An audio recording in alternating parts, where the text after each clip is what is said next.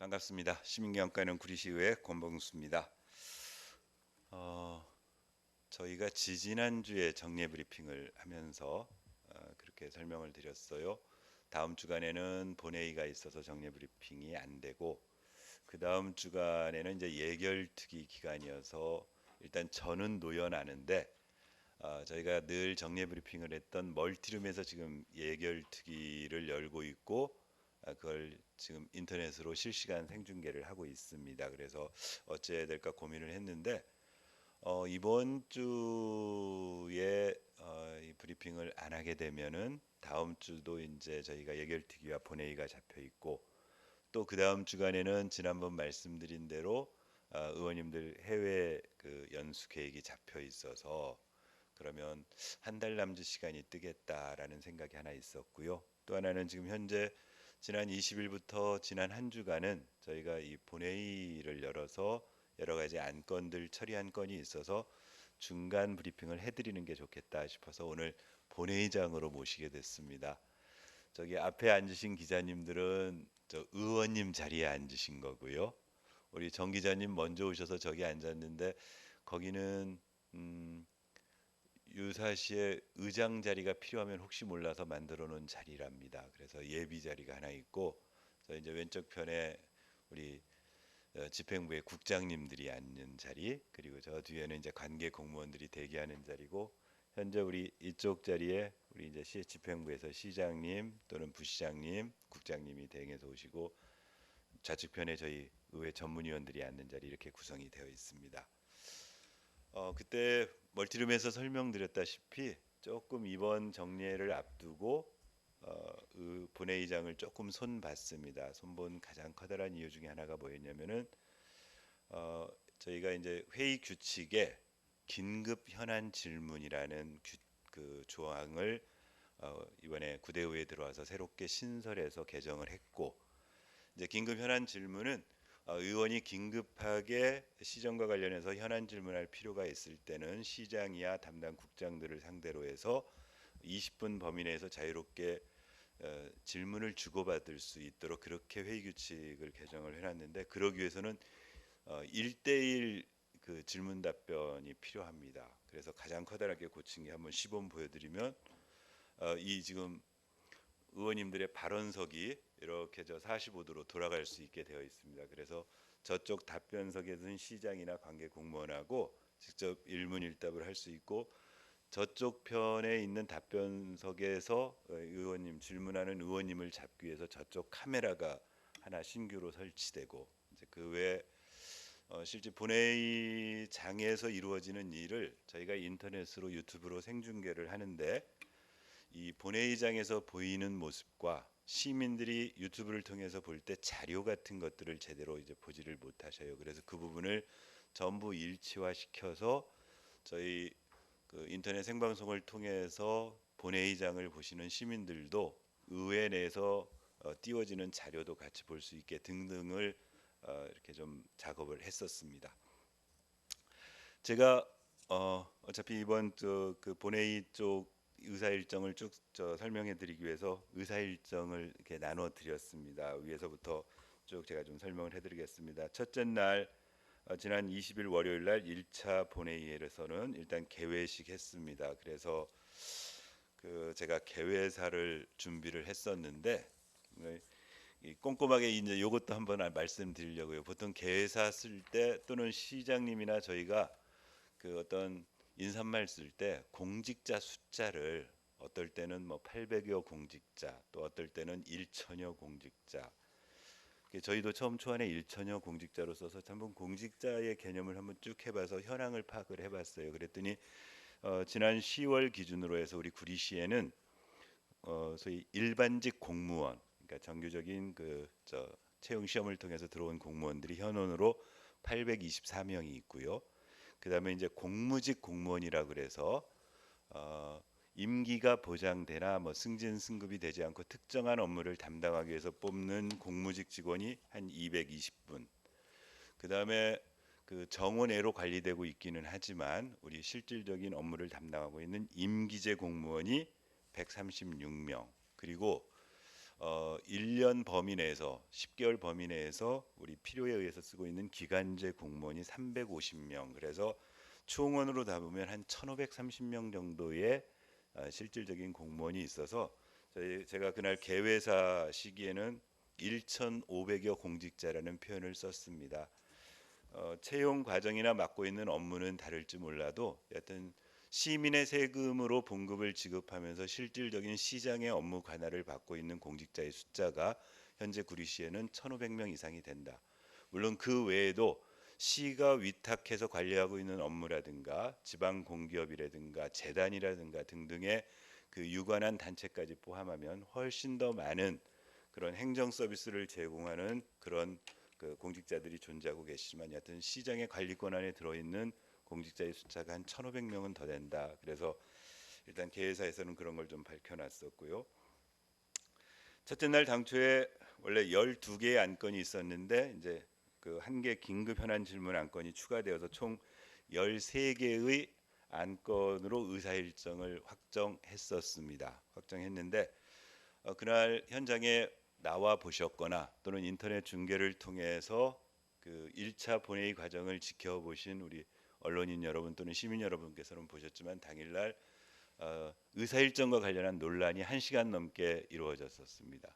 논란의 핵심은 뭐냐면은 통상적으로 저희가 그동안 구대의회에 들어와서 의사 일정을 정할 때는 운영위원회에서 의사 일정 협의를 통해서 거기서 의결한 의사 일정을 의장에게 주면 의장이 그대로 수용해서 운영을 해 왔었습니다. 그런데 이번에는 당초에 운영위원회에서 그 의사 일정이 협의되어 결정된 이후에 긴급 현안 질문을 하겠다는 의원님이 계셔서 이제 그 긴급 현안 질문을 의회 회의 규칙에 의해서 반영하는 과정에 우리 이제 당일날 우리 저 국민의힘 소속의 우리 세 분 의원님, 그 김영현 의원님, 김한슬 의원님, 이경희 의원님이 이제 의사진행 발언을 통해서 긴급 현안 질문이 의사 일정에 반영된 뭐 이유랄까 부당성에 대해서 조목조목 여러 가지를 짚어 주셨어요. 그리고 의장으로서는 그날 그런 그 의사 일정 정함에 있어서 문제 제기에 대해서 성실하게 여러 가지로 답변을 했었고 의원 상호 간에도 의사진행 발언을 통해서 그 타당성 여부에 좀 논란이 있었고 정회를 하고 나서 저희 회의 규칙에 의거해서 의사 일정의 변경을 발의한 의원님이 계셔가지고 표결해서 5대 3으로 의사 일정 변경을 확정지었습니다. 그래서 그 이후에 나머지 의사 일정들은 쭉 계획대로 진행이 되어졌는데 이제 그날 회의가 끝나고 우리 국민의힘당 소속의 세 분 의원님께서 이런 보도 자료로 각 아마 언론사 여기 받으셨겠지만 구리시의회 제331회 정례의 시작부터 파행 위기, 토론과 협치, 회의 규칙을 넘어선 의장의 긴급 직권 상정, 유일한 협의 기구인 운영위원회보다 시의장 권한이 우선 이런 세미카피 해가지고 이런 보도 자료를 배포했었고 일부 언론에서는 이 보도 자료에 입각해서 이렇게 보도를 한 케이스가 있었습니다. 사실은 이 보도 자료에 관해서 확인 취재를 딱 한 매체로부터 받았습니다. 이런 보도 자료가 왔는데 이에 대해서 의장은 어떻게 생각하시느냐 해서 제가 나름대로 소상하게 설명드렸고 그 매체에서는 이 보도 자료를 쓰시지 않으셨어요. 간단하게 또 아직도 뭐 논란이 해소 안 된 부분에 대해서는 이렇게 좀 정리를 해서 그래서 말씀드려야 되겠다 싶어서 오늘 말씀을 드리겠습니다. 저희 회의 규칙, 구리시 의회 회의 규칙 그 16조와 17조, 18조에 보면은 의사 일정을 어떻게 채택하는가에 대한 규정들이 나와 있습니다.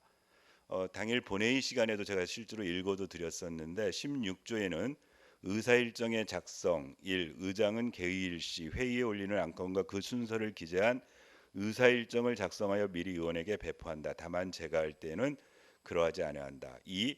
의장은 의사 일정을 작성할 경우 운영위원회와 협의하되 협의가 이루어지지 않을 경우에는 의장이 이를 결정한다. 3. 의장은 특히 긴급을 요한다고 인정할 때에는 회의의 일시만을 의원에게 통지하고 개의할 수 있다. 그날 국민의힘당 소속 의원님들의 그 핵심 내용은 그 2항에 있는 의장은 의사 일정을 작성할 경우 운영위원회와 협의하여, 이 조항을 운영위원회 의결을 거치지 않은 의사일정 변경은 이건 좀 무효가 아니냐라고 해석을 하신 거고요. 저는 어떻게 해석을 했냐면 하단부에 보면 협의가 이루어지지 않을 경우에는 의장이 이를 결정한다. 이 두 개의 문장을 연결해서 하면 이 의사일정은 운영위원회 의결사항이 아니고 운영위원회와 협의하되 그 운영위원회에서 결정이 안 이루어지거나 협의가 이루어지지 않으면 의장이 이를 책임지고 하라는 취지로 읽었습니다.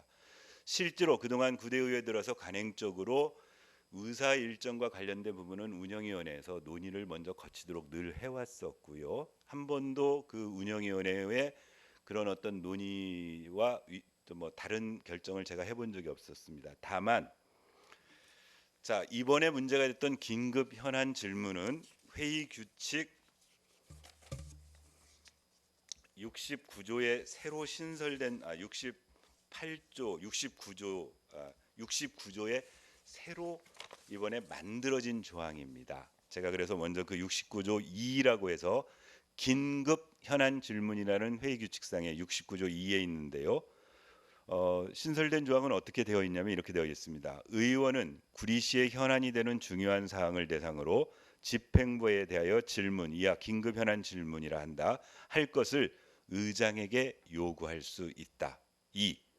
제1항에 의한 긴급 현안 질문을 요구하는 의원은 그 이유와 질문 요지 및 출석을 요구하는 관계 공문을 기재한 질문 요구서를 본회의 개의 24시간 전까지 의장에게 제출해야 된다. 3. 의장은 질문 요구서가 접수될 때는 그 실시 여부와 의사 일정을 운영위원회와 협의하여 정한다. 4. 제3항에 의한 의장의 결정 또는 본회의의 의결이 있었던 때에는 즉시 질문 요지서를 시장에게 보내야 하며 해당 공문에 대한 출석 요구의 의결이 있는 것으로 본다. 5. 긴급 현안 질문 시간은 총 120시간으로 하여 각 의원의 질문 시간은 답변 시간을 포함하여 20분으로 한다. 자, 이걸 만든 이유는 뭐였냐면요. 긴급하게 저희가 이번 그 2차 본회의 정례회의에는 시정 전반에 관한 시정 질문이 예정되어 있습니다. 그래서 실제로 지난 목요일 날에 시정 질문을 했고 그 답변은 열흘이 지난 다음 주 목요일 날 시장이 폭넓게 답변서를 준비해서 답변을 합니다. 그런데 긴급 현안 질문이라는 조항을 넣은 이유는 그렇게 길게 기다리지 않고 실제로 시민들에게 알려야 되는 긴급한 현안이 있을 때 질문을 하라는 취지로 만든 조항이고, 그래서 제가 지금 읽어드린 내용대로 이 긴급 현안 질문은 어떤 의원이든 의장에게 신청할 수 있습니다. 이런 현안에 대해서 내가 현안 질문하겠다. 그래서 본회의 개의 전 24시간 전에 의장에게 제출하면 의장은 판단을 해야 됩니다. 가능한 한 이것도 의사 일정에 반영을 해야 되는 건이기 때문에 운영위원회와 협의해야 되는 게 일단 아까 읽은 의사 일정 정할 때와 똑같은 거고요. 다만 이제 그리고 나서는 이번에 이제 어떻게 되냐면은 이런 겁니다. 제가 이게 처음 11월 15일 날 신동아 운영위원장이 긴급 현안 질문 요구서를 저에게 가져온 서류였습니다. 그래서 신동아 의원이 제331회 구리시의회 제2차 정례 제1차 본회의에 시장과 행정지원국장을 상대로 구리시의 서울 편입 추진 배경과 향후 계획은 무엇인지 뭐 등등을 요구한다 해서 일단 가지고 와서 협의를 했습니다. 협의를 하고 그래서 그날 그러면 정식으로 서류를 제출을 요구하시고 그러면 나 의사 일정에 반영하겠다. 그래서 긴급 현안 질문은 본회의 1차 본회의에 넣겠다라고 했는데 이 긴급 현안 질문을 요구하신 신동아 운영위원장이 또 마침 운영위원장입니다. 그래서 아래 내려가셔서 저 간사이신 운영위원회 간사이신 김용현 의원과 그리고 소위 저 국민의힘당의 원내대표이신 이제 뭐 정식으로 저희가 절차를 거치기로 했으니까 지방 기초의회에도 원내대표를 인정하니까는요. 원내대표와 협의를 했는데 그 협의가 이루어지지 않았어요. 그러니까 국민의힘 소속 의원님들은 일단 민주당 의원님들은 이렇게 준비해가지고 긴급 현안 질문을 준비하셨는데 저희는 아직 할 것 준비도 안 했는데 갑작스럽게 이렇게 의사일정 변경을 요구하는 부분에 대해서는 동의할 수 없다. 그래서 그 다음 날 정식적으로 신동아 운영위원장님 16일 날 어제 가져온 서류를 그날은 도장 안 찍고 그냥 사전에 협의하러 오신 거니까 다음 날 16일 날은 도장 찍어서 제출해 주셨고 그다음에 정은철 의원님 역시도 도시행정지원국장, 행정지원국장, 시장, 도시개발사업단장으로서 한강변 토평 도시개발 사업의 추진 배경과 향후 계획은 무엇인가 이렇게 해서 질문 요지서 해주셨고 우리 양경애 부의장께서도 이렇게 질문 요구서 세 명의 요구서를 받았습니다.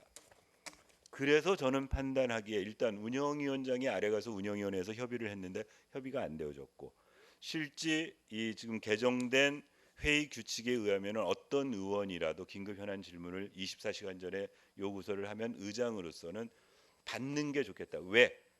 이러한 회의 규칙 개정을 제가 오히려 제안해서 시작했던 겁니다. 그동안 저희 의회에서는 시장의 책임 있는 답변을 듣기 위해서는 뭐밖에 없었냐면 시정 질문밖에는 없었습니다. 그런데 관례적으로 시정 질문은 1, 2차 정례회 때 상반기에 한 번, 하반기에 한 번 이때밖에는 할 수가 없었어요. 실제 짧은 기간 동안에. 그런데 모든 현안, 시민들이 관심되는 현안은 시시각각 발생을 하는데 이 부분에서 시장의 책임 있는 답변을 들을 수 없으니 긴급 현안 질문을 통해서라도 듣는 게 맞겠다라는 취지에서 이 회의 규칙 개정을 했었고 이 규칙 개정의 정신에 의거했을 때 이거는 받는 게 좋겠다 해서 받았던 건입니다. 여하튼 그래서 그 문제 제기를 통해서 이제 계속 동의할 수 없다고 그래서 마침 저희 또 이 회의 규칙 의사일정 제 17조에 보면 이렇게 되어 있습니다. 의사일정의 변경. 제적의원 5분의 1 이상의 연서에 따른 동의로 본회의의 의결이 있거나 의장이 운영위원회와 협의하여 필요하다고 인정할 때는 의장은 의사일정의 순서를 변경하거나 다른 안건을 의사결정에 추가할 수 있다. 이 경우 의원의 동의에는 이유서를 첨부해야 하며 그 동의에 대해서는 토론을 하지 아니하고 표결한다. 이렇게 원래 회의 규칙에 명기되어 있었습니다. 그래서 당일날 그러면 국민의힘 소속의 의원님들이 협의가 안 됐다고 요구하시니 그리고 당시에 의장으로서는 이렇게 긴급 현안 질문 요구서를 받아서 규칙에 의거해서 했는데 안 되니 그러면 한번 추인을 더 받아보자. 그래서 우리 민주당 소속의 의원님이 의사일정 변경을 요구하는 동의서를 이유서를 냈고 그 동의서를 본회의장에서 표결 처리해서 5대 3으로 변경을 완료해서 이제 법적 조치는 끝냈습니다. 그런데 아까 말씀드렸던 것처럼 그날 오후에 파행 위기 뭐 이런 보도 자료가 나가서 그 다음 날 2차 본회의 때 제가 그랬었어요. 사실은 이 보도 보고 다음 날 국민의힘 소속의 의원님들이 이 본회의장에 안 들어오시는 거 아닌가. 왜냐하면 근데 그날 오후에는 회의에 계속 계셨었는데 그랬는데 다행히 돌아오셔서 그 다음 날 별다른 문제 없이 그 다음 일정을 소개해 나간 그런 사안입니다. 그래서 이건 설명드렸고요. 그래서 이제 첫째 날 그런 뭐 진통을 겪고 나서 사항서부터 13항까지는 쭉 그냥 일반적으로 처리가 다 되었습니다. 우리 시장께서는 이런 이렇게 두툼한 책자로 해서 시정 연설을 하셨었고요. 그래서 내년도 2024년도 구리시를 어떻게 이끌어 갈 것인가에 대해서 예산안 제출과 관련해서 시정 연설을 하셨고 아마 이 부분은 시에서도 보도 자료로 저기 기자님들께 배포했을 것 같고요. 이경희 의원께서 5분 자유 발언 신청하셔서 구리시 서울 편입 문제와 관련한 5분 발언도 하셨고요. 그리고 거기에 통상적으로 하고 있는 현장 계획 확인 계획안이나 출석 요구안 구성안 뭐 선임의 건 등은 이 회의 진행상 했던 거고 이제 그 이후에 9번서부터 13번 인창청 생태하천 보건사업 계속비 승인안 미집행 도시계획시설 단계별 집행계획 의견 청취안 도시관리계획 2건의 의견 청취안 그리고 구리시 재활용 의료수거함 운영관리 민간위탁 동의안은 제가 정례 브리핑에서 주례 보고에서 설명드린 바를 우리 기자님들께 소상하게 설명드린 바 있습니다. 그 중에 의견 청취안은 이제 의견을 적어서 저희 마지막 날 의결해서 집행부로 보낼 거고요. 계속비 승인 안 하고 저 민간위탁 동의안은 원안대로 의결을 했습니다. 그다음 둘째 날, 셋째 날은 집행부에서 내년도 사업계획, 업무계획 보고를 쭉 청취했습니다. 그래서 화요일, 수요일 그렇게 이루어졌고요. 이제 다시 목요일 날 둘째 장 보면 이제 목요일 의사 일정 보시면 되겠습니다. 의사 일정 보시면 당초 제가 그냥 그 아래에서 저기 할 때는 우리 의원님들 준비하고 있는 안건들이 이런 게 있습니다 해가지고 했는데 이때 목요일 날 이제 의원 발의 안건들이 쭉 그 의결이 다 되었습니다. 원안 의결이 다 되었는데요. 아마 요 의원님들 안건과 관련해서는 보도 자료를 다 보내시고 의원님들이 홍보팀이나 의원님들이 다 보내셔서 쭉 다 들으셨을 텐데요. 일단 거기 양경애 부의장님이 발의한 디지털 중독 예방 교육 조례안. 그 제정 이유가 뭐냐면 디지털 중독이 지금 심각하니까 이런 예방에 필요한 사항을 규정해서 건강한 생활 환경을 조성하여 시민의 삶과 질 형성에 이바지하겠다. 그래서 실태조사, 예방교육, 홍보, 전문가 자문사항 그리고 필요하다면 예산 지원과 협력체계 구축 등을 하자라는 그런 조례안이었습니다. 원안 의결되었습니다.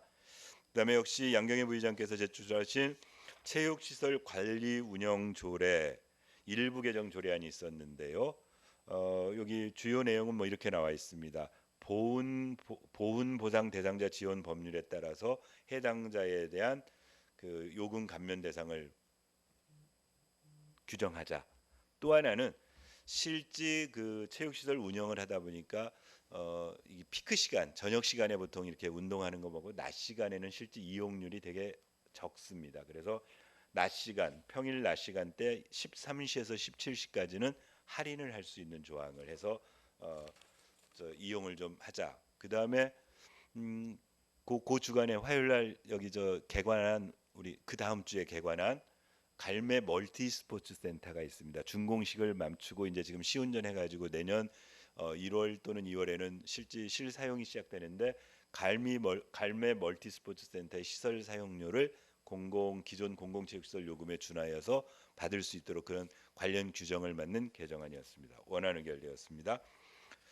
다음 택시 산업 발전 지원조례 일부 개정 조례안이 있었는데요.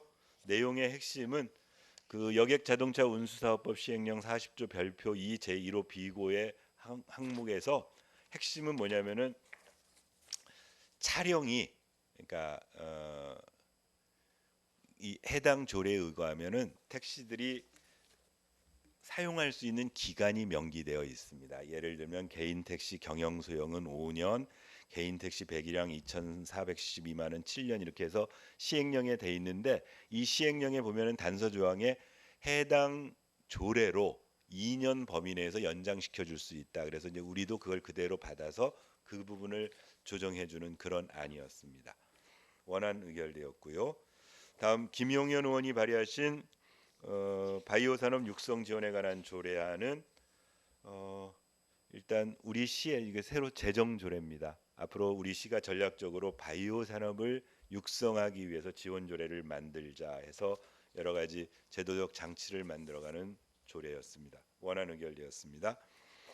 그다음 캠핑장 관리 및 운영 조례 일부 개정 조례안을 김한슬 의원께서 발의하셨는데 여기는 핵심 내용은 다른 것보다는 거기 조례 별표 3에 보면은 거기 오토 캠핑장 사용자들이 지켜야 될 수칙이 있는데 거기에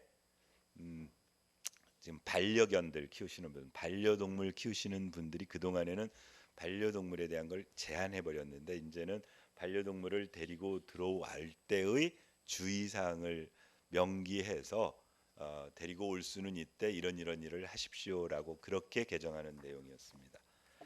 이렇게 해서 총 5건의 의원 발의 조례안들이 원안 다 의결되었고요. 그다음 집행부에서 제출한 일반 및 특별회계 예산안과 기금 운용 계획안은 기본적인 설명을 들으시고 이건 지금 예결특위로 회부돼서 지금 이 시간 지하 멀티룸에서 예결특위에서 심도 있게 심의를 하고 있는 사항입니다. 다음 8번째 있던 공유재산 관리 계획안은 이제 내년도의 공유재산 관리 계획안에 어, 주요 내용으로 총 4건의 취득 또는 취득과 변경해서 4건의 공유재산 관리 계획이 들어왔습니다. 각 건건이 물어봤는데 그냥 말씀드리면 이겁니다. 일단 갈매동 D1 블럭에 이것도 한번 지난번 언뜻 설명드렸는데 경로당을 새로 건립하겠다. 이 역시도 그때 저 정례 브리핑장에서 했었고요. 그다음에 저쪽 옛날 저 수택고등학교 옆에 아파트 아이타워 부지 그 옆쪽에 보면은 현재 택시 회사 있던 자리, 그다음에 교회 교육관이 있던 자리를 시가 사들여 가지고 거기에 장애인 복지회관을 건립하고 있는데 요 부분이 사업비가 늘어나면서 변경하는 사항. 그다음에 저 갈매동의 이저류지의 일부를 복개해서 주차장을 건립하겠다는 사업. 그다음 이제 궤도 차량 구입인데 이건 뭐냐면은 별내선이 내년 상반기에 시험 활동 다 끝내고 나면은 7월부터는 이제 정상 운행을 될 텐데 현재도 지금 시험 운행을 하고 있다. 이따 현장 확인 제가 말씀드리면서 하겠는데 하고 있습니다. 있는데 이후에도 이 별내선을 관리하고 있는 서울교통공사가 궤도 관리하고 있는 차량이 필요한데 이거는 요걸 맡긴 우리 구리시하고 남양주시가 사서 그쪽에다가 저 차량을 줘야 되는 거랍니다. 그래서 배터리 모터카를 제작 구매하는데 그게 한 19억 정도 들어간다라는 그 공유재산 관리계. 요 부분 원안 의결돼서 처리되었습니다. 그다음에 갈매동 복합 커뮤니티 센터 건립 사업은 몇 번에 걸쳐서 올해 설명드렸었죠. 당초 공유재산 관리계획 변경안에 반영된 건데 의회에서 여러 가지 의견 때문에 조금 계류되고 있다가 결국 이건 통과됐고 그러다 보니까 그때 공유재산 관리 계획에 의거해서 당초에 시 재정 사업으로 하던 거를 위탁 개발 방식으로 그리고 연도가 2023년도에 완료될 거를 2025년도로 늘려주고 사업 규모가 6,700회에서 11,300으로 늘어났고 층수는 지하 1층에서 지상 4층 건물이었는데 지하 2층에서 지상 5층으로 늘어나면서 사업비가 246억에서 497억으로 배쯤 늘어나게 되는데 이 부분을 반영해서 계속비 변경 승인안을 요구한 사항입니다. 원안대로 의결되었습니다. 그다음 구리유통종합시장 관리운영조례 일부 개정 조례안이 왔는데요. 이거는 뭐 이제 상위 법이나 이런 것들이 바뀌면서 공정거래위원회에서 어 이제 그 지나친 규제 부분을 완화하는 차원으로서 그 대부자 명의 변경 문제 이런 것들에 대해서 좀 조항을 개선해야 된다 해가지고 원안 의결되었고요. 구리 전통시장 제2공영 주차 빌딩 건립 사업 역시 지금 기간이 늘어나면서 공사기관이 연장됨에 따라 원래보다 기간이 늘어나서 그 기간 계속비 변경으로 해서 기간 연장하는 내용입니다. 내년도에 한 2월쯤에 준공 예정이라고 지금 일단 예고되어 있었는데 이때 이제 지난번에 한번 정례 브리핑할 때 말씀드렸을 겁니다. 여기 그 사망 사고가 발생해서 지금 공사 중지 명령 뭐 이런 것들이 어긋나서 지금 여기 계속비에는 2월 돼 있지만 혹시라도 이후에도 그 상황에 따라서 조금 연기될 수도 있는 그런 가변적인 요소가 존재한다라고 저희가 설명 듣고 그래서 일단 그대로 의결됐습니다.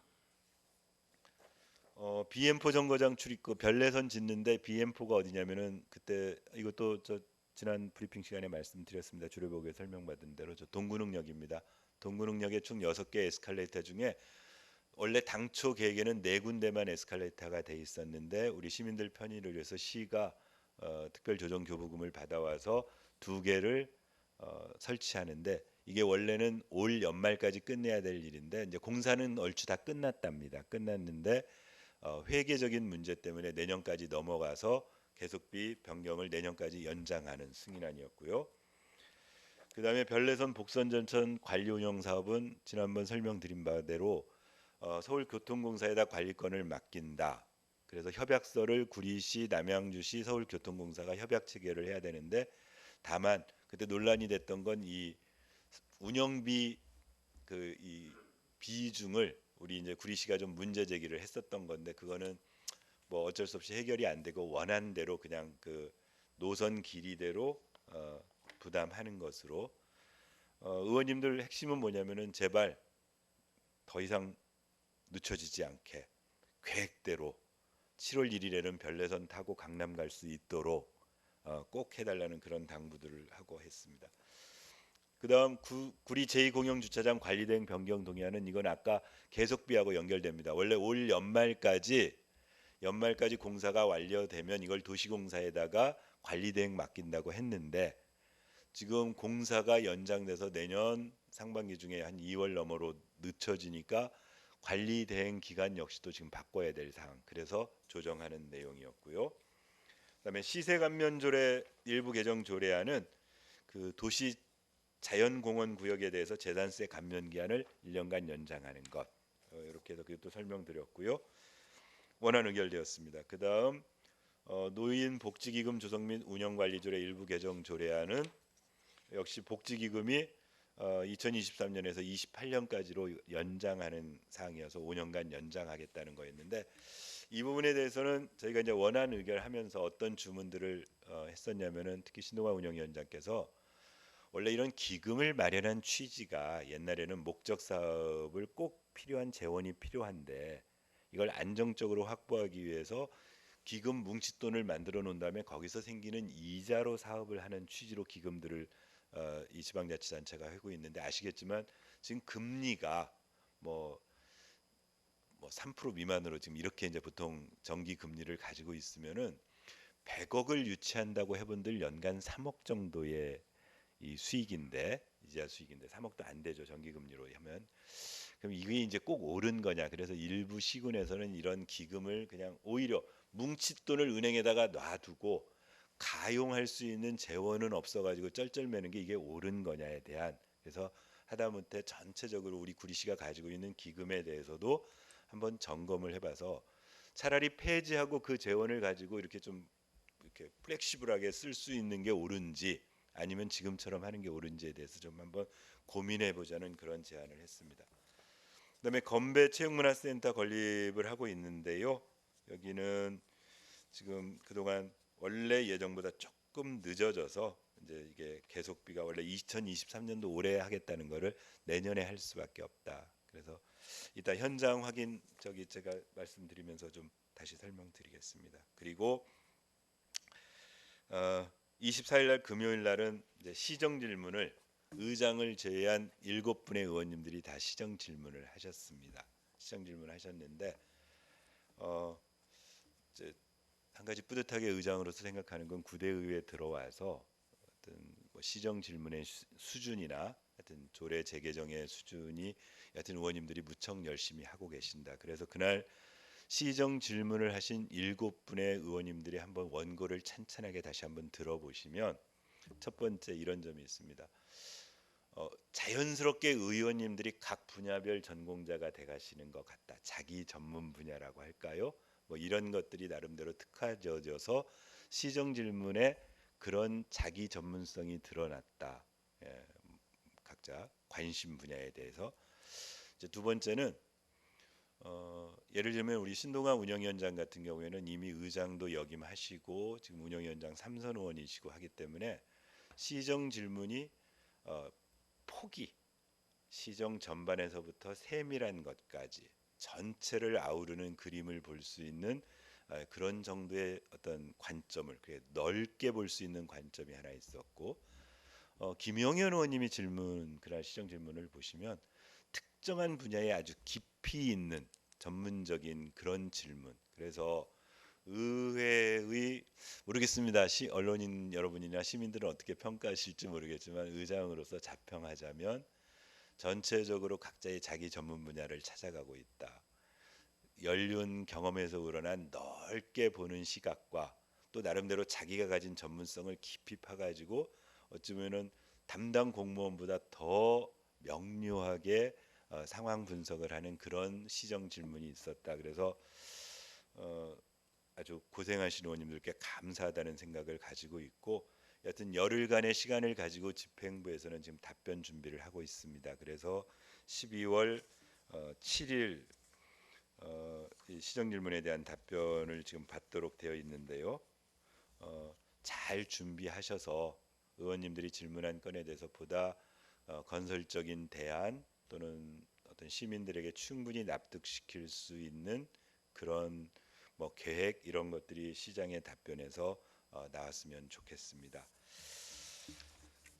이상이 이제 지금 그리고 이제 월요일 날 현장 확인을 하고 왔습니다. 현장 확인을 왔는데 그날 6군데를 다녀왔는데요. 일단 오전에 갈매동 역세권 개발하는 현장을 다녀왔습니다. 갈매동 역세권 개발은 지금 LH에서 사업을 착착 진행하고 있다. 그래서 이미 우선 분양하는데 2군데 다 분양 지금 되어 있고, 다만 현재 안에 지금 철거 작업, 이주 작업이 진행되고 있는데 한 40군데 정도 아직 이주를 못한 곳과는 하여튼 법률적인 문제를 통해서 차질 없이 하겠다. 그리고 그 안에 계획도 있던 곳에 일부 변경될 부분들 또는 의원님들이 볼 때 예를 들면 중앙 부분 쪽에 공원용지 일대 부근에 학교 시설, 그다음에 유치원 시설들이 지금 배치되어 있는데 학교 시설의 배치 공간에 대한 고민, 그다음에 유치원 시설 2개가 배치되어 있던 부분에서 교육청하고 이미 의논을 나누어서 1개는 축소하는 방향 뭐 이런 것들에 대한 확인이 있었습니다. 그다음에 이번 현장 확인의 핵심은 별내선이었습니다. 그래서 별내선 3군데역을 다녀왔습니다. 그래서 그중에 별내역은 엄밀하게 말하면 우리 구리시의 관할권이 아닙니다. 거기 남양주시 관할권인데 그럼에도 불구하고 협조를 요청해서 별내역을 다녀왔습니다. 다녀온 이유는 뭐냐면 우리 지금 갈매 그 지역에 사시는 분들이 그 별내역을 이용하는 경우들이 꽤 있습니다. 특별히 이쪽 북쪽 부분에 계신 분들은. 근데 그분들은 지금 대부분 어디를 이용하게 될 거냐면 앞으로 자전거 도로를 따라서 자전거를 타고 가셔서 별내역 8호선 별내선 별내역으로 올라가거나 자전거 도로를 따라서 도보로 가는데 그 연결 부위가 어떻게 되어 있는지를 좀 세밀하게 보자. 그리고 우리 갈매동 쪽에서 넘어가는 우리 이제 그 부분에 대한 것들 그걸 확인하러 지금 다녀왔고요. 그다음 이제 구리역 갔는데 구리역은 주로 뭘 보고 왔냐면은 거기 환승대합실 지난번에 한번 제가 설명드리면서 우리 이 별내선 운영비 정산을 할 때 우리 환승대합실을 이용하면 우리 별내선 쪽으로 오고 지금 현재 있는 경의중앙선 대합실을 이용하면 저 코레일로 가고 이제 이 부분 때문에 이 환승 대합실의 시민들의 연결 공간이 어떨지 그래서 가서 특별히 당부드렸던 거는 지금 환승 대합실을 짓고 있는 그 앞에 공원에 지금 옛날 공원이었던 공간에 지금 짓고 있는데요. 뭐 하여튼 이렇게 유입할 수 있는 그래서 시민들이 단순히 별내선을 타고 중앙선을 환승해서 타는 정도가 아니고 그 앞에서 만남도 이루어지고 휴식도 되고 할 수 있는 뭐 그런 것까지 좀 포함할 수 있도록 잘 마무리를 해달라는 부탁을 드렸고요.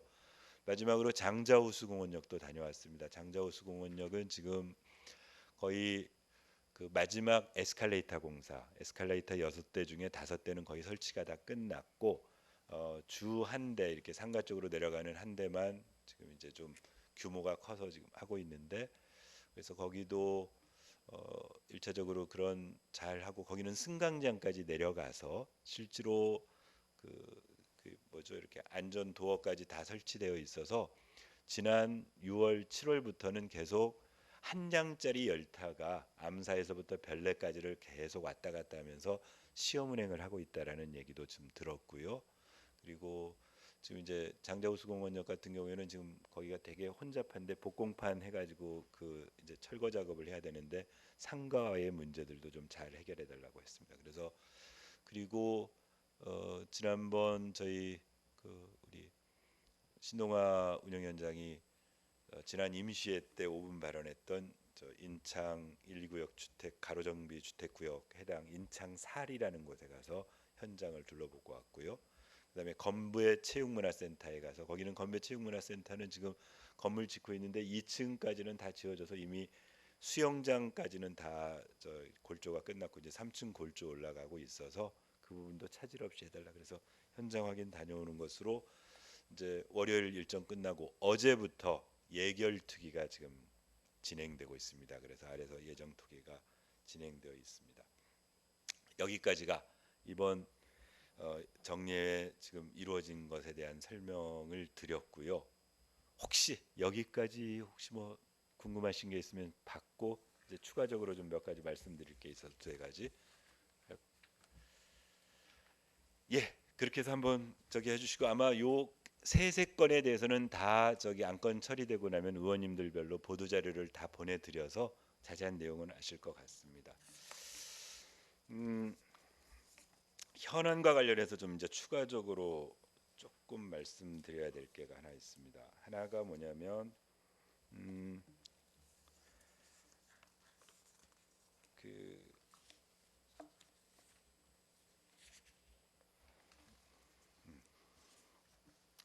구리시의 서울시 편입 문제와 관련해서 제가 지난번 말고 그전 정례 브리핑 시간에 여러 가지 말씀을 드렸었어요.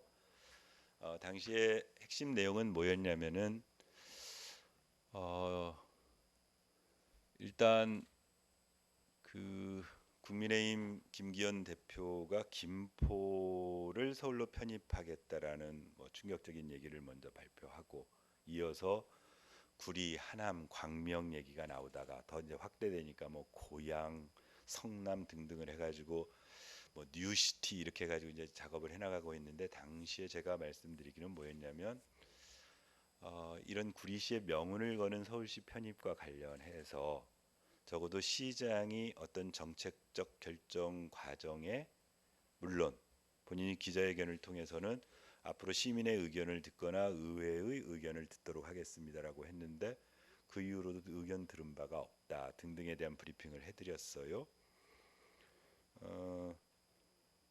이제 그리고 났는데 뭐 특별히 그러고 나서도 그 이후에 서울시 편입과 관련해서는 뭐 이렇게 따로 의회에 와서 보고한 바가 없고 그래서 이번에 긴급 현안 질문을 통해서 어, 저 의회에서 몇 가지 원론적인 답변은 이루어졌고 추가적으로 시정 질문에도 그 문제가 여러 개가 언급되어져서 아마도 시정 질문에 답변 듣는 날 좀 더 앞으로의 계획이나 이런 것들을 심도 있게 다룰 겁니다. 그런데 그 중간에 지난 23일 11월 23일 목요일 지난주 목요일 날 시장께서 오전에 조찬 간담회를 해가지고 이제 보도 자료를 하나 배포하셨어요. 받아보셨죠? 김포시 및 구리시의 서울 편입 관련 경기 북부 시장 군수 입장문 해가지고 보도 자료를 하셨더라고요. 그래서 경기 북부의 시장 군수 일동이 김포시와 서울시 편입 문제에 대해서 뭐 반대 안 한다. 아마 이제 그런 취지인 것 같았어요. 그래서 근데 이 보도 자료를 왜 보냈는지 지금 이해를 잘 못하겠습니다. 왜 그러냐면 이제 이 문제의 본질이 뭔지를 이것 또한 이것도 그야말로 그냥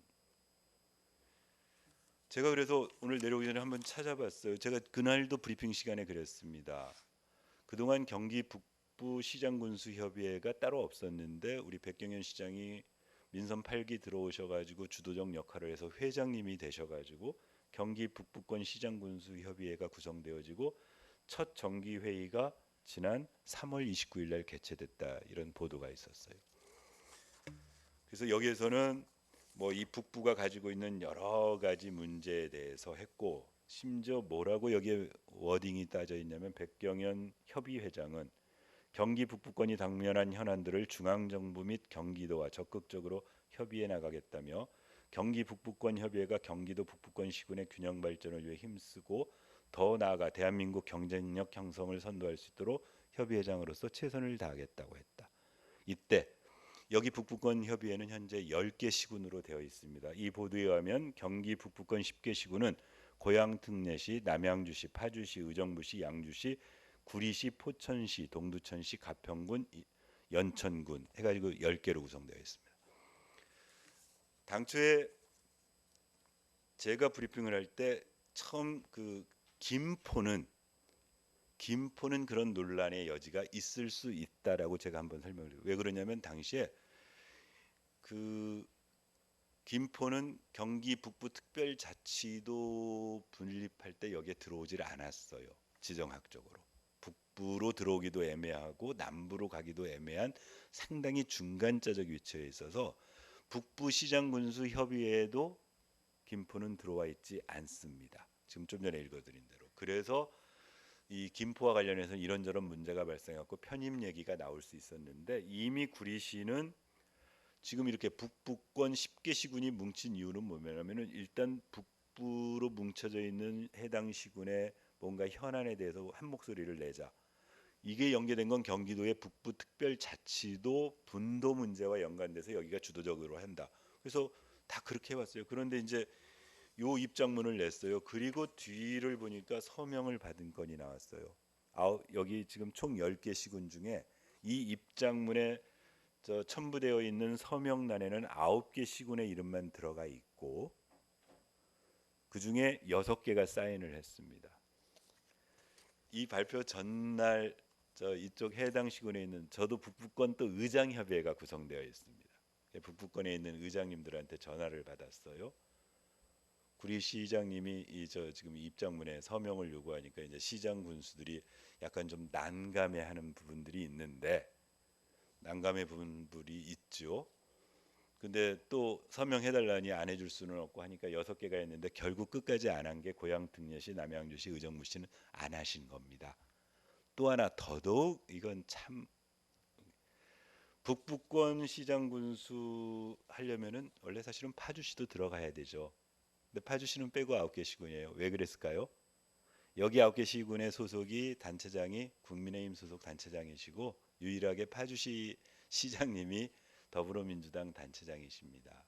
그러니까 결국은 북부권 시장군수협의회 회장이신 우리 백경영 구리시장께서 본인이 구리가 서울로 편입되는 부분에 대해서 여타 북부권들이 반대하고 있지 않다라는 뭔가 입장문을 좀 내고 싶으신데 같은 당 소속의 시장 군수님들 9분에게 요청을 했는데 그중 6분한테는 받고 민주당 소속의 시장한테는 아예 보낼 생각조차 안 하시고 그러니까 이게 무슨 우리 이 편입 문제에 도움이 돼서 이걸 가지고 국민의힘 쪽이든 이게 시장들 우리 시민들에게 해서 무슨 도움이 될지 모르겠다. 그러니까 지금이라도 계속 의회는 이런 방식으로 해서는 안 되는 거 아니냐.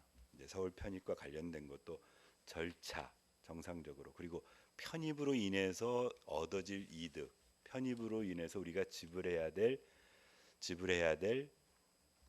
대가 뭐 이런 것들에 대해서 시민들에게 나름대로 좀 알려내시고 그게 필요하지 않겠느냐.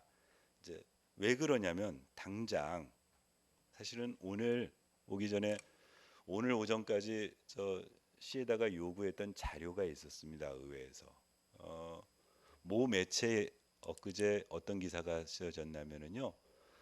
그때 우려했던 대로 제가 브리핑하면서 우려했던 대로 만약에 우리가 그동안 전임 그 이재명 도지사 시절에 경기도가 가지고 있는 공공기관을 북부 지역 쪽으로 분산 배치하겠다는 계획 중에 우리 구리시가 가장 자랑했던 것 중에 하나가 그 분산 배치될 공공기관 중에 가장 덩치가 크고 역할이 큰 GH를 구리시로 유치하는 것이었습니다.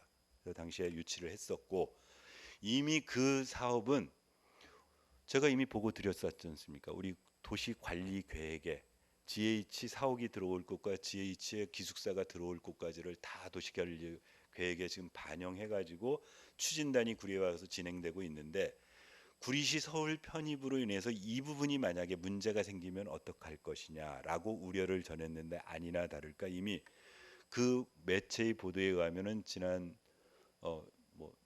20 며칠 날인가 경기도에서 구리시로 어떻게 할 건지 GH를 서울시 편입과 관련돼서 어떻게 할 건지 입장을 밝혀달라는 공문을 보냈다라는 기사를 봤습니다. 그랬더니 그 기사에는 구리시는 거꾸로 경기도에다가 경기 북부 특별자치도가 분도되면 그때 GH를 어떻게 할 것인가를 알려달라는 또 그런 공문을 보냈다 그래서 해당 공문을 자료로 오늘까지 제출해 달라고 그랬는데 여기 들어오기 전까지 제가 자료 제출을 못 받았습니다.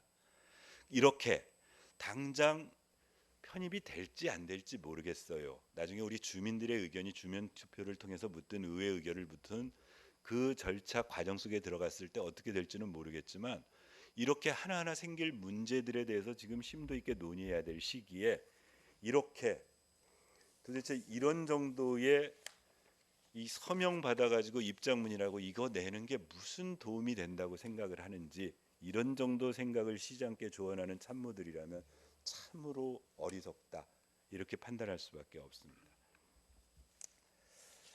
그 그래서 이게 서울편입과 관련된 이미 여기서 한번 다뤘던 문제인데 후속 내용이 있어서 있고요. 또 하나가 있습니다. 또 하나가 이제 뭐가 있었냐면은요. 기억하실지 모르겠지만 지난번 그전번 이제 토평 우리 소위 토평 2지구 공공 택지 지구 지정과 관련해서 제가 또 질문을 받고 몇 가지를 말씀을 드렸습니다. 그때 핵심은 이런 거였습니다. 국토부가 뭐 국가적 필요에 의해서 어떤 공공 택지지구 지정을 하는데 사실은 현재의 법령상으로 어떤 이런 기초자치단체가 거부할 권한은 없을 것이다.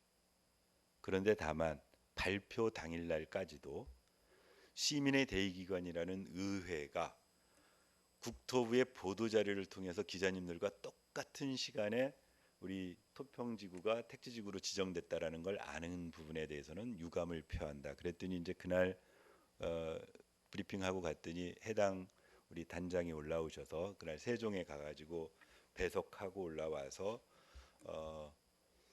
뭐 비밀 각서를 쓰고 그래서 비밀을 지킨다는 그런 각서를 쓰고 뭐 시장하고 만나기도 두 번인가를 만났고 이제 뭐 등등의 얘기를 들었습니다. 등등의 얘기를 들었고 이제 또 하나는 뭐였냐면은 그러면 그런 국토부의 계획 발표 안에 우리 구리시의 의견을 어떻게 반영하는가? 그게 좀 이제 앞으로의 문제가 아니겠느냐. 그래서 제가 두 가지 말씀을 드렸었습니다. 하나는 교통대책 아무것도 없는 것 같다. 그때 국토부 발표 보도자료대로 본다면 그야말로 그 구리시와 관련해서는 기존에 있던 역에다가 저 연속 체계 정도 붙이는 거 외에는 없다.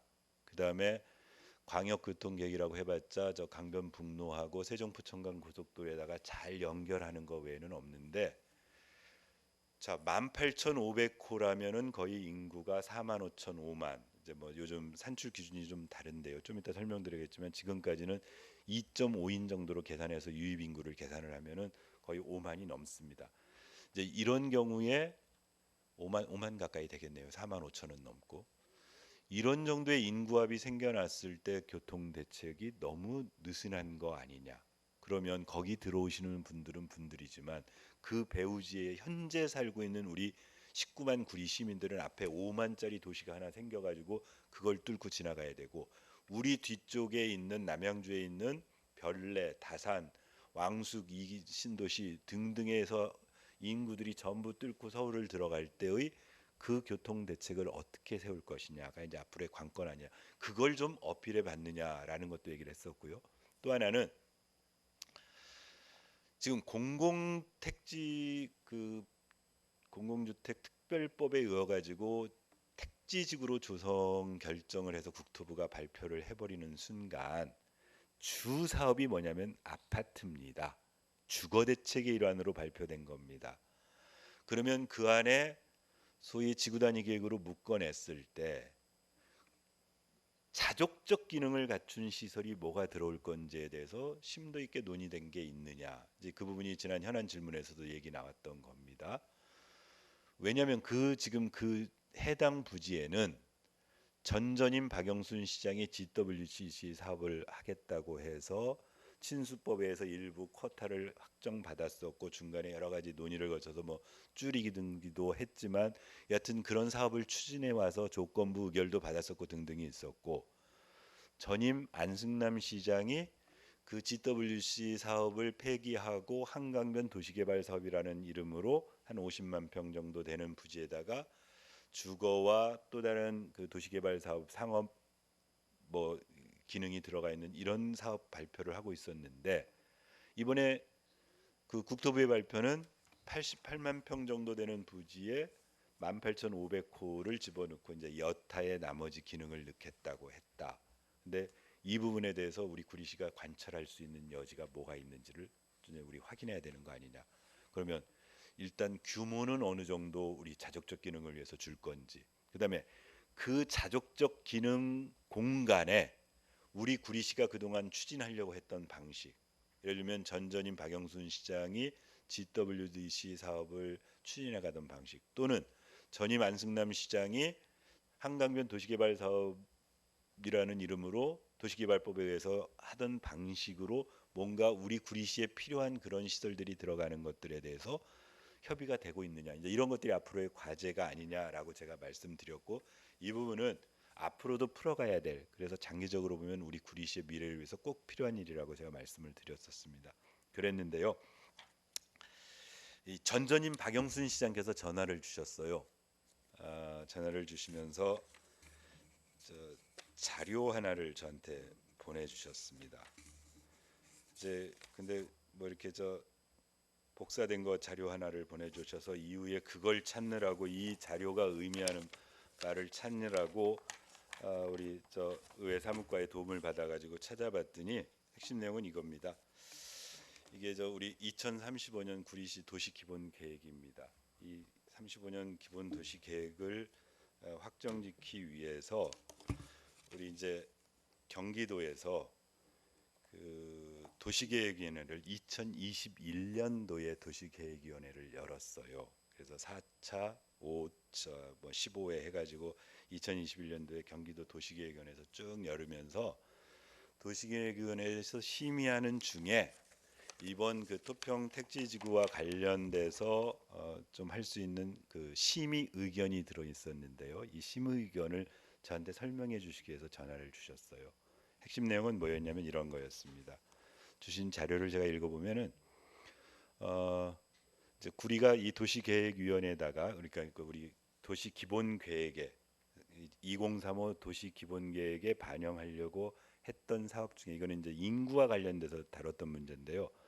기타 사업으로 구리 월드 디자인 시티 주거단지 조성, 이런 사업이 원래 초안에 있었던 거죠. 있었는데 이때 그 사업에 의거하면 외부에서 인구 유입이 6,550명이 들어오는 것으로 되어 있었다.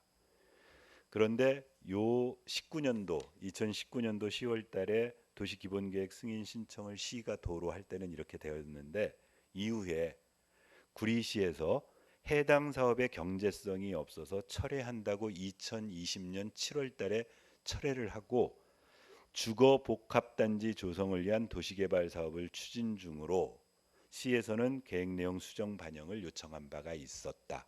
그래서 그 수정 내용이 뭐냐면, 당초 그러니까 처음 2019년도에 처음 초안을 냈을 때는 사업명을 구리 월드 디자인 시티 GWDC 했고 가로 열고 국제 디자인 및 마이스 사업 이렇게 냈었는데, 이걸 철회하고 그러니까 전임 안승남 시장이 따로 그 다음 낼 때는 시에서 조정할 때는 한강변 도시개발 사업, 그래서 주거 상업 복합 개발 사업 이렇게 해서 바꾸면서 유입 인구가 당초에 GWDC 사업으로 할 때는 6,550명이었는데 이렇게 사업을 바꾸면 9,745명으로 바뀐다. 그리고 시가와 예정 용지도 원래 입안할 때는 80만 해배, 80만 7천 해배, 그러니까 이게 한 24만 평 얘기가 나왔던 겁니다.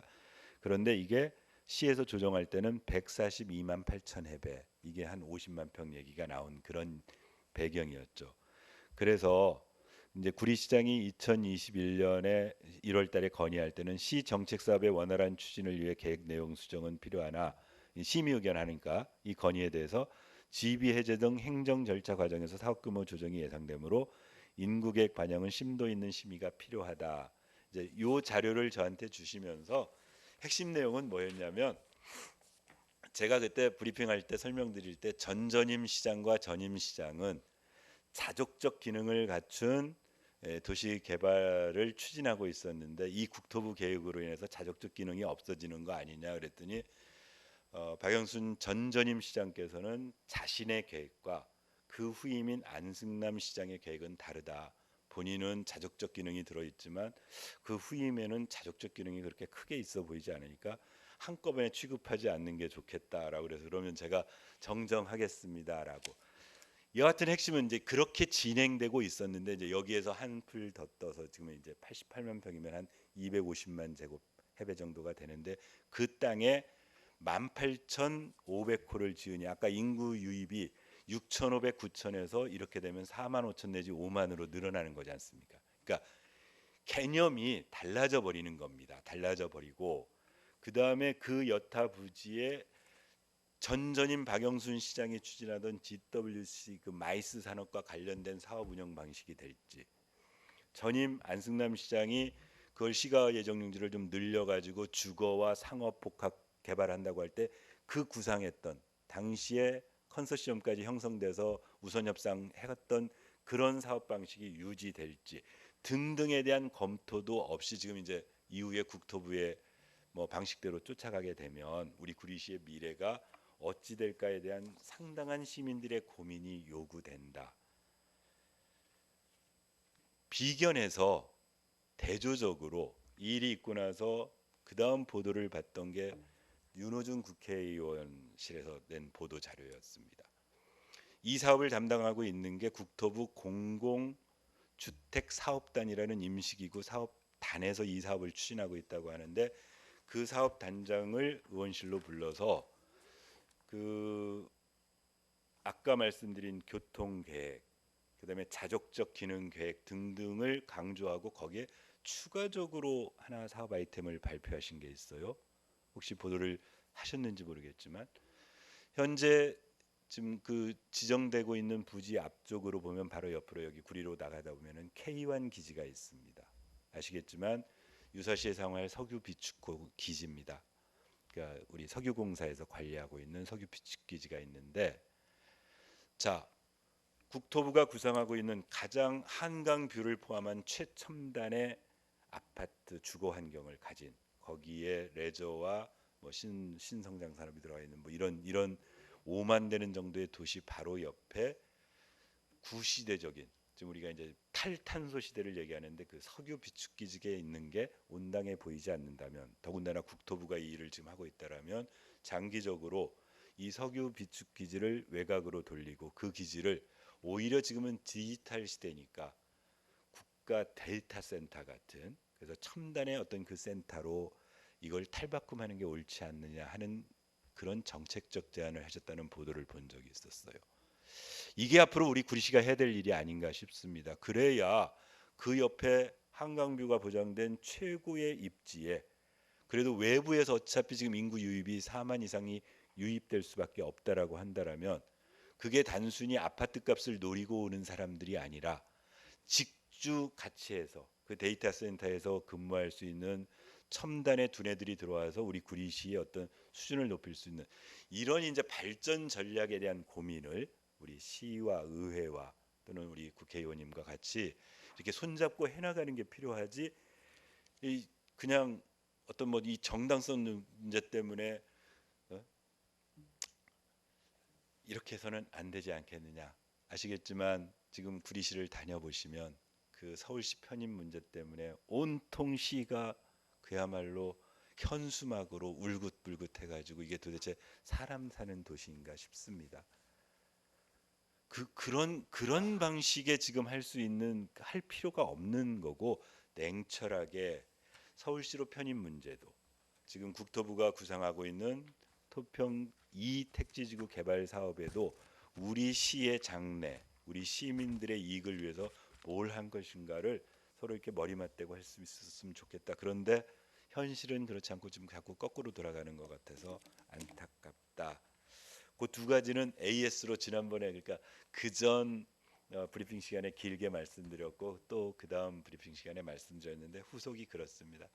일단 이 부분 두 가지 문제 전부 다 12월 7일에 하고 있는 시정 질문과 답변 시간에 의원님들이 많이 물어보셨고 시장께서 지금 답변 준비를 잘 하고 계실 터이니까 관심 깊게 기자님들께서도 모니터링해서 좀 기사를 써주시고 시민 여러분께서도 그날 답변 과정을 통해서 잘 우리 현안이 무엇인지에 대해서 같이 이렇게 공감하고 그 의견을 묶어서 시가 발전할 수 있는 계기가 되었으면 좋겠다는 생각을 합니다.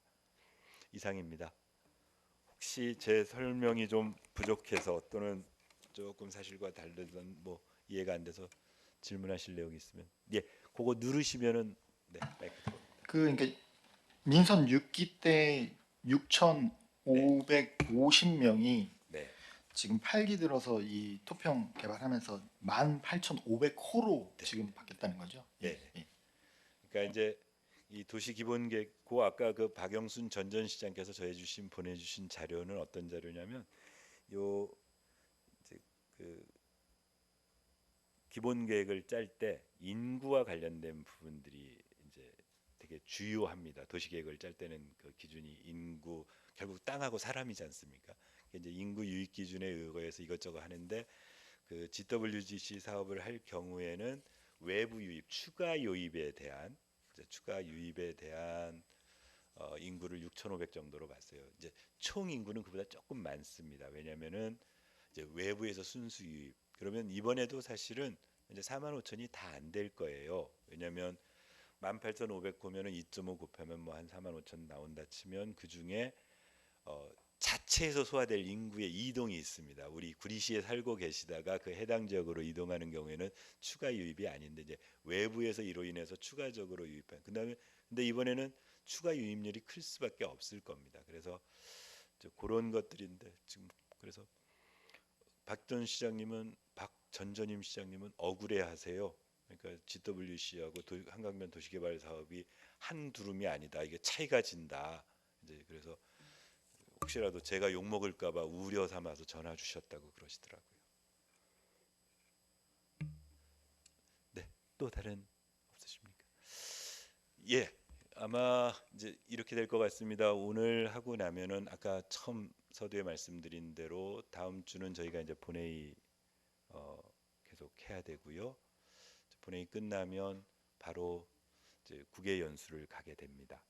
그때 설명드린 대로 하여튼 제가 그 국외 연수와 관련돼서는 과정 쭉 계속 브리핑 해드립니다. 어떻게 준비됐는지 내용도 지난번 설명드린 대로 타이페이하고 상해를 방문하는데 두 개 도시를 방문하는데 의원들 7하고 의원만 가는 게 아니고 의원 플러스 의사과 직원에다가 그 주로 저희가 타이페이와 상해를 가는 이유는 그 농산물 도매공사가 시에 지금 그 백경현 시장님의 뭐 공약에도 있지만 산호동 쪽으로 이전을 해야 되는데 그 이전하는 사업에 대해서 좀 더 이렇게 시야를 넓히고 가서 현장을 보자. 그래서 의원뿐만이 아니고 해당 업무를 담당하고 있는 시의 도시개발단 그 단장님, 해당 과장님, 또 주무관 해가지고 세 분의 공직자, 그다음에 농산물 도매공사에서 그 업무를 실질적으로 담당하고 있는 단장님하고 팀장님 해가지고 같이 그러니까 의회와 집행부와